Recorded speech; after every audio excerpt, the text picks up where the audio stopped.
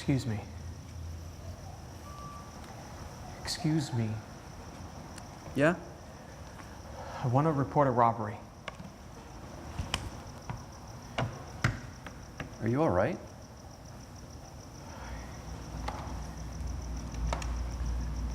Detective. Yeah, I got a guy here says he was robbed. Okay. Wait here a moment. A detective will be out to talk to you.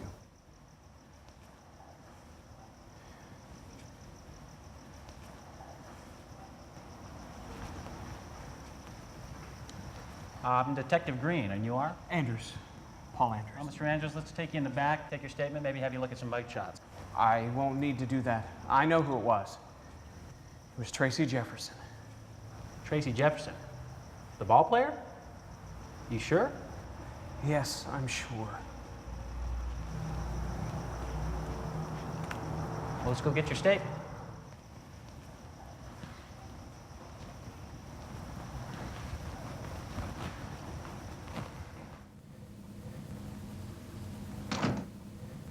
Mr. Andrews?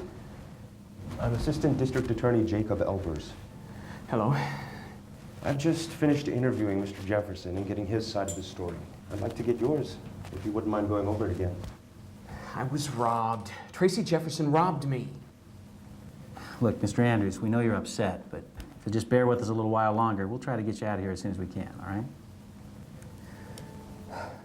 I was at a fundraising dinner for the Jefferson Foundation at the Carlisle Hotel when I met Tracy Jefferson.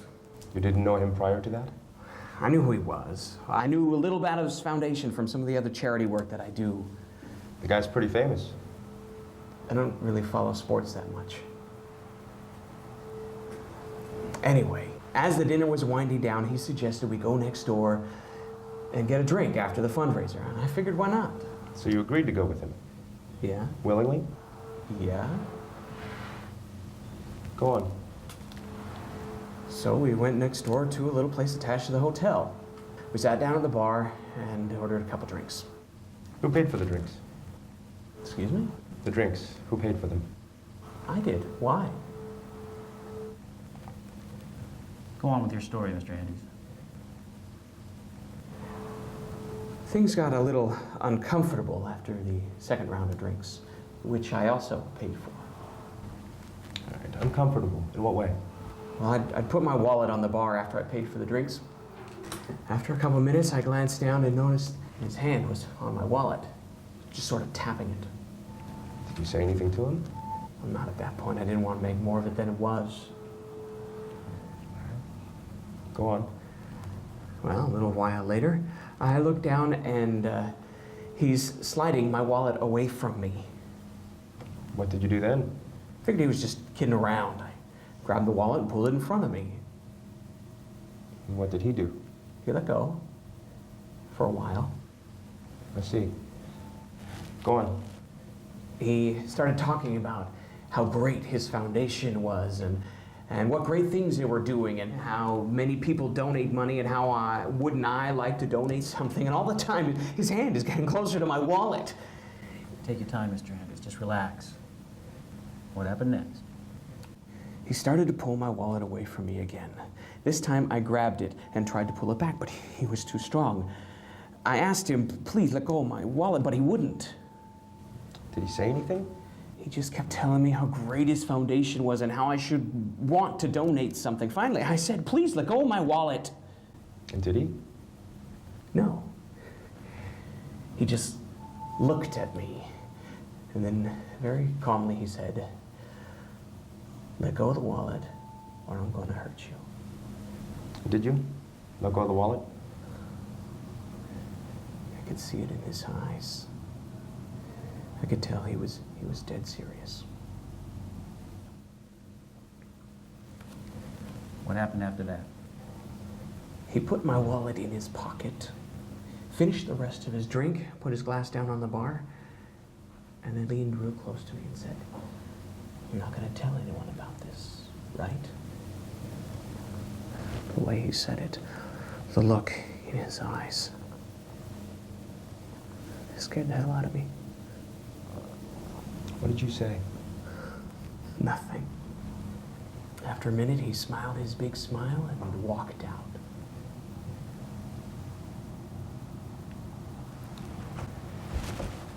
Mr. Jefferson tells a different story.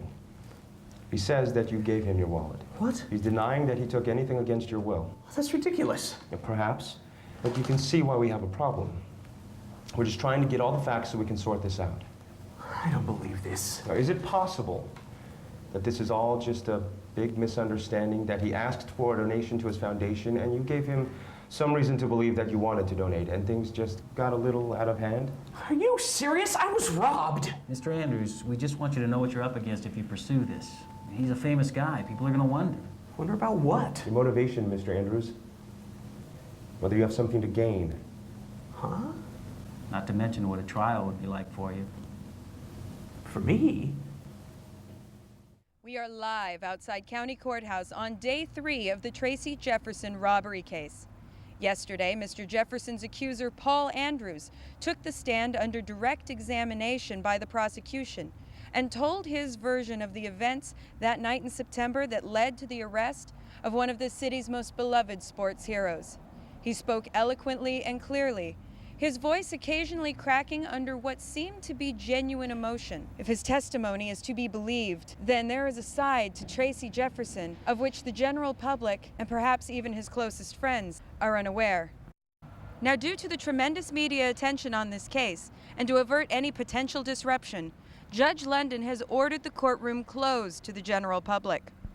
Only the attorneys, witnesses, and jury will be allowed inside the courtroom.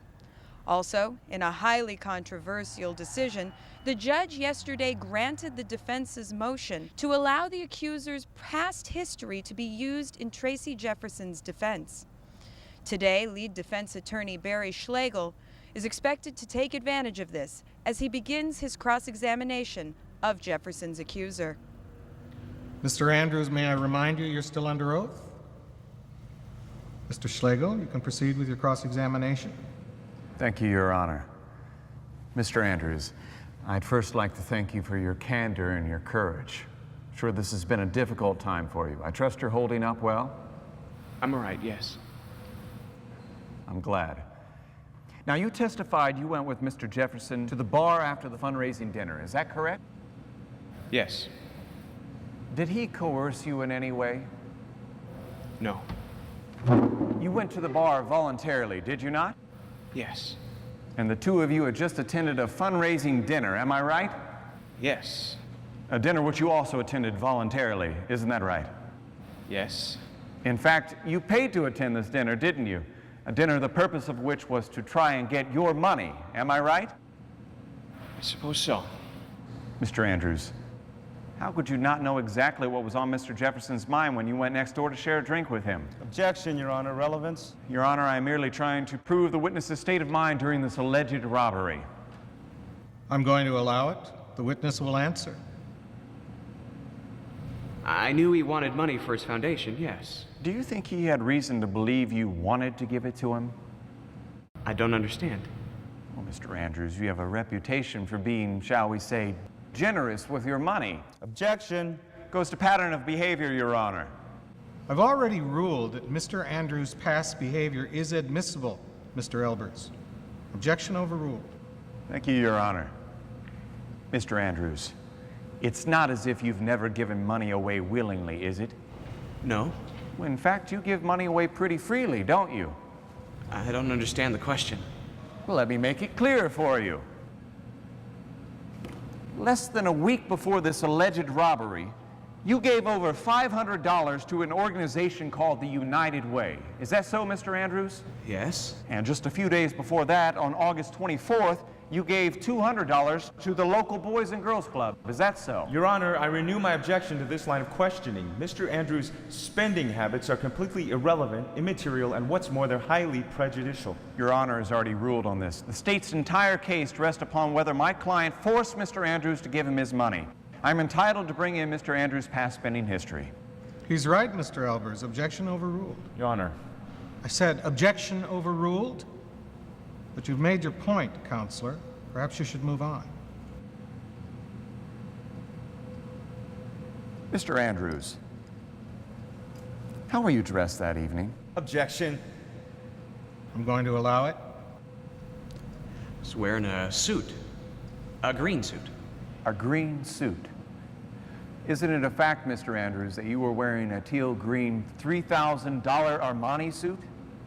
Yes, it was Armani. And weren't you also wearing a Rolex watch? Yes. $7,000 Rolex watch, isn't that so? Yes. Let's see what else you were wearing, Mr. Andrews, shall we? I have a list provided by the police. A $400 necktie, $300 diamond and gold platinum cufflinks, shoes, $700, shirt, $200. Mr. Andrews, just what kind of reaction did you expect dressing in such a provocative way? I didn't expect anything. You obviously don't mind displaying your assets to the world, now do you? I like to dress nice, but that doesn't give him any right. Come now, Mr. Andrews. Do you expect us to believe you didn't know exactly what Mr. Jefferson was after that night? What difference does that make? I was robbed. Mr. Andrews, don't you think you bear some responsibility here? What? Your Honor, I don't see what point defense counsel is trying to make here. Agreeing to have a drink with a man you hardly knew? Buying the first 2 rounds? The provocative dress? Your Honor? Isn't it fair to say that you were asking for what happened? That's ridiculous. You didn't fight back now, did you? I told him to stop. I said no. You said no, but you didn't really mean no, now did you? Yes, I meant no. What really happened that night, Mr. Andrews? You were having a good dinner, some nice conversation. You went someplace cozy for a nice after-dinner drink. You and Mr. Jefferson were having a good time. You made him think that you were going to give him everything he wanted. And that's exactly what you did do, isn't it? No. He took it.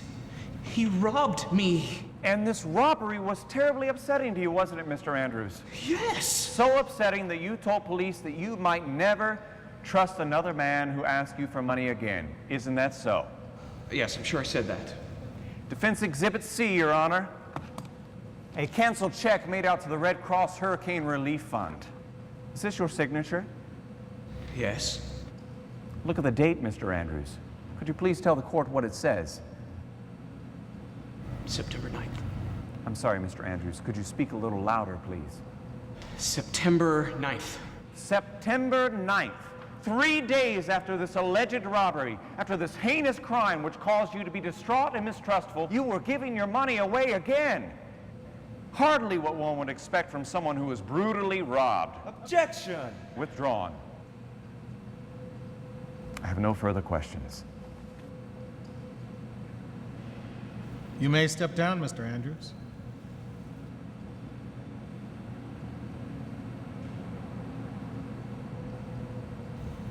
Mr. Andrews?